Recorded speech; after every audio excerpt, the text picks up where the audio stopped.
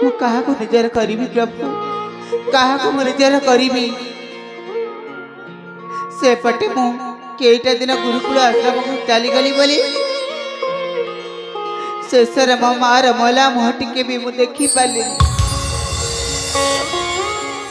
ହେଲେ ମୋ ମା କେମିତି ମରିଗଲେ ସେ କଥା ତ ମୁଁ ନିଶ୍ଚୟ ଖୋଜି ବାହାର କରିବି, କାହିଁକି ନା ସତ କେବେ ଲୁଚି ରହେ ନା।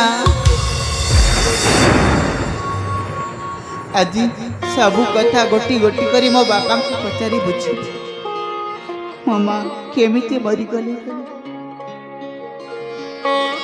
ଆଜି ଏଇଠି ମୁଁ ଅପେକ୍ଷା କରି ରହିଥିବି, ହଁ ଏଇଠି ମୁଁ ଅପେକ୍ଷା କରି ରହିଥିବି।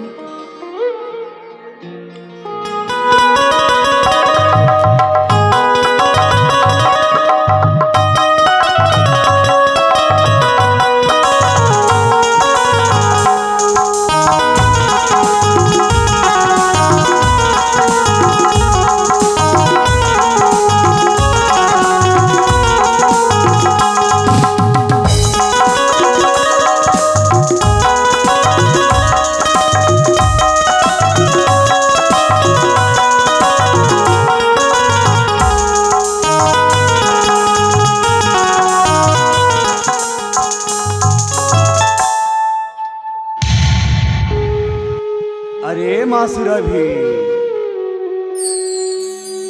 तू एठी मु तोते सियाड़े केते खोजुछि रे माँ। बापा माँ तमे दिन कहिथिल ना कौन माँ? मो माँ केमिति मरिगले समय सुविधा देखी कहबी बोली। हाँ माँ ताहले कुह बापा। ठीक अच्छे रे माँ, ताहले सुन रे माँ, सत केबे लुचे ना रे माँ। আজি সেই সতକୁ ମୁଁ ବାହାରକୁ ଆଣିବି ରେ ମା। ସତ ଆଜି ବାହାରିବ। ଶୁଣ ମା, ତୋ ମା ଦିନେ ମେଳା ଦେଖିବା ପାଇଁ ଏଇ ଆମ ପାଖ ଗାଁକୁ ମେଳା ଦେଖିବା ପାଇଁ ଯାଇଥିଲେ, ଆଉ ମୋତେ ନ ଜଣେଇ ଯାଇଥିଲେ। ତାପରେ ସେ ଫେରିଲେ ସକାଳରୁ ଯାଇ ରାତି 12ଟା ମଧ୍ୟରେ ସେ ଘରକୁ ଫେରିଲେ। तापर कौन होला बापा? तापरे मु कहली तो माँ को, महारानी पद्मिनी सकालरू ए जाए एते राति होला एकुटिया तुमे घर को फेरुछ, भल नुह महारानी, तुमे कहीं एकाठी जाई एते राति रे घर को फेरुछ कहली। तापरे तो माँ को मु टिके रागी जाई कहली, तापरे तो माँ मो ऊपर को रागी गले। तापर कौन होला? तापरे तो माँ जेते बेले मते रागी गले मु भी रागी जाई तो माँ ऊपर को हाथ उठे देली रे माँ। जेते बेले हाथ उठे देली तो माँ ऊपर को तो माँ तलरे कचाड़ी हेई पड़ी गले। आउ सेते बेले तो माँ उठिलेनी रे माँ, से आउ उठिलेनी आरो पारी को आम समस्तन को छाड़ी चली गले रे माँ।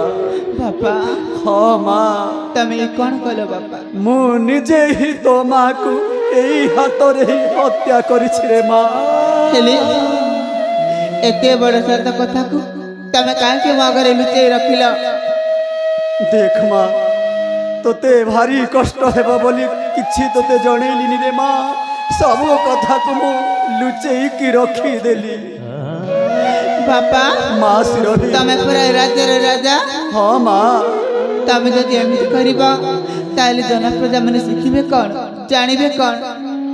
तमे तो जानिछ बापा, हाँ माँ, फुलटिए जदि फुटी थाए हाँ माँ, तार बासना चौथकर दिन ना दिन निश्चय महकू। हाँ रे माँ, मु एई प्रतापगढ़ राज्यर राजा एते बड़ भूल करी देइछि। महामंत्री विश्वजितंक परिवार आज छाड़खाड़ हो जाइछि रे माँ। मु केमिति महामंत्री आउ भौणी रुक्मणी पाखरे मुह देखैबी? मते भारी लज्जा लगुछि रे माँ, मते लज्जा लगुछि। बापा माँ मो मध्य किछि न बुझि न सुझी से सागर को बहुत किछि कहि देछि।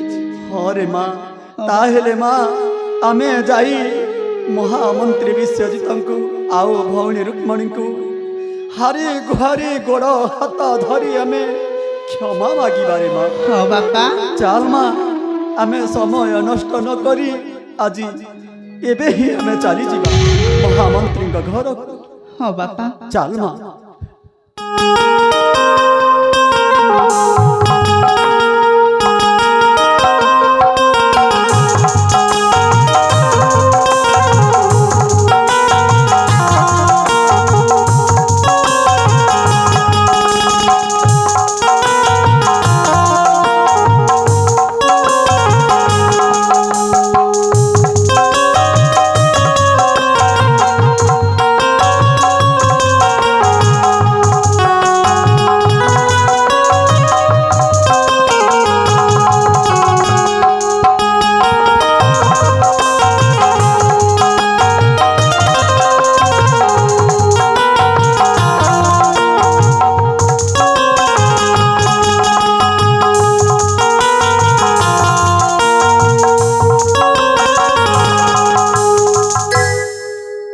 महामंत्री विश्वजित महाराज भौणी रुक्मिणी आज मु तुमको कि उत्तर देवी भौणी जेते बड़ घटनाटा मु करी देइछि आउ सेही घटना को निज मुंडरे मुंडेई महामंत्री विश्वजित आज 15 वर्ष कारागार दंडरे दंडित हेइथिले महामंत्री हेउछन्ति निर्दोष सेही दोषर भागीदार हेउछि मु महाराणी पद्मिनी को मु निज हाथ रे हत्या करिथिली भौणी आओ महामंत्री विश्वजित आम ई कारागार दंडरे दंड भोगिथिले मते क्षमा करि दियो भौणी मते क्षमा करि दियो नहीं नहीं महाराज नहीं देखो तो आमे हो आपण जड़े दास आपण यदि आमको क्षमा मागिबे एटा शोभा जाउनी कहीं ना आपण होचंती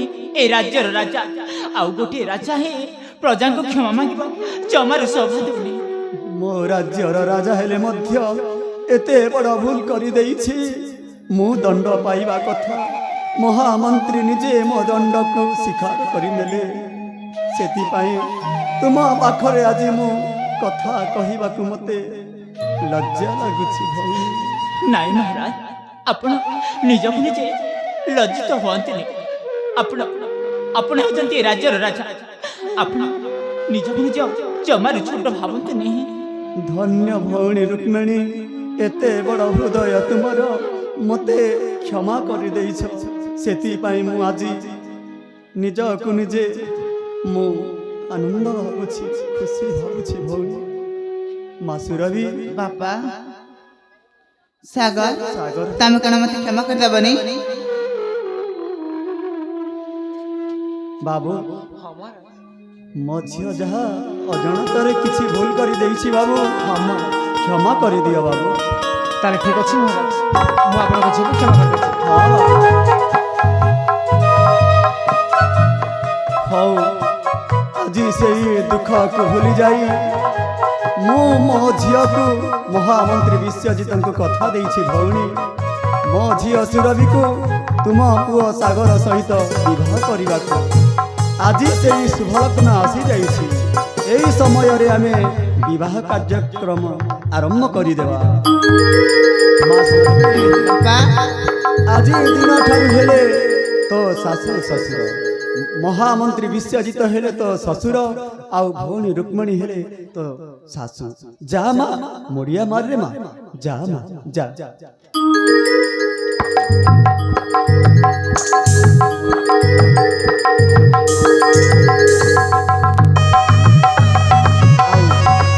आउ सुन रे मा सुरभि तू एबे जाई बधु बेसरे सजेई कि आरे मा शुभ लग्न गड़ी जाउछि रे मा जा मा जा